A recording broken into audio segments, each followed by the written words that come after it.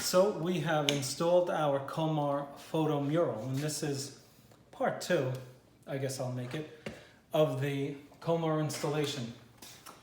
So these are the panels. We started off, we gave you a 30-minute video on how to install the panels, how to prepare it, and how to plan the layout or engineer the measurement and where you're going to land your left border and your right border.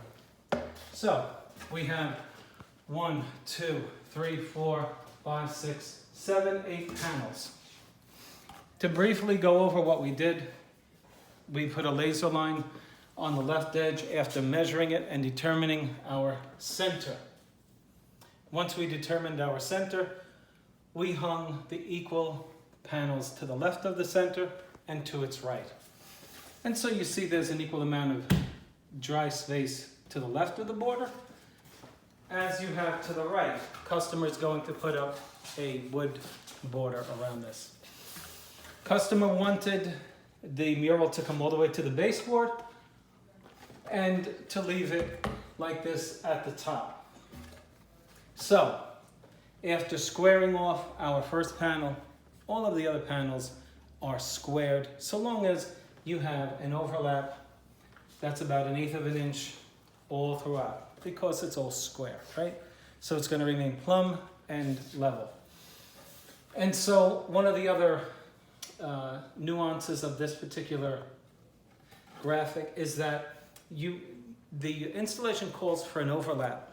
Komar directs the installation to have essentially 1/8 of an inch overlap between panels.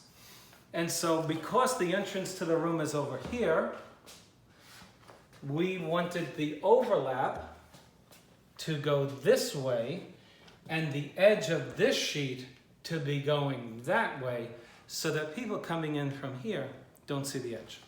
And we did that consistently on each of the overlap panels. When we overlapped the top over the bottom, we did that because the average person will look down and not be able to see the edge of the top portion. But if we did it the opposite way, we would be able to see it, and that wouldn't be professional. And we have 1, 2, 3 penetrations, which we took care of very carefully with our very sharp knife. And then we gave it a final wipe down. One of the things you can expect with this particular material are little paste bubbles. Are they air bubbles? There's actually a difference. During the installation, the glue underneath releases oxygen. And of course, oxygen is going to get trapped temporarily. With this material, it's so thin, it's so porous, it will pass through the membrane of this wall covering. Not the same if you hang vinyl. If you're hanging a commercial vinyl, you will have to penetrate the air bubbles with a pin. But here, your paste bubbles, you just dissipate them. As long as they're no bigger than a thumb, they will go away because they're going to come through the panel. This panel will be completely dry within 3 to 4 hours, and then all of the expansion will have stopped, and then it's going to slightly shrink, and then the air will be forced out because the paper will pull itself against the wall and stay stuck. And there you have it. If you have any questions about this installation, leave me a comment. If you like it, please click on like.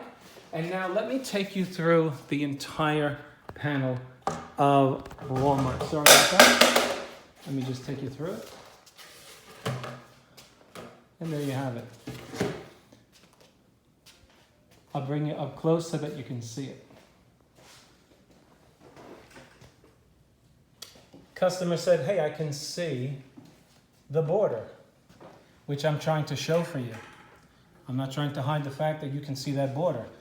And with these murals, you're not going to see that when it's dry. It's very wet right now, but it is consistent in its appearance because it's wet and it has a consistent overlap of 1/8 of an inch. And so there you have it. If you have any questions, please let me know. Thanks for watching. Bye.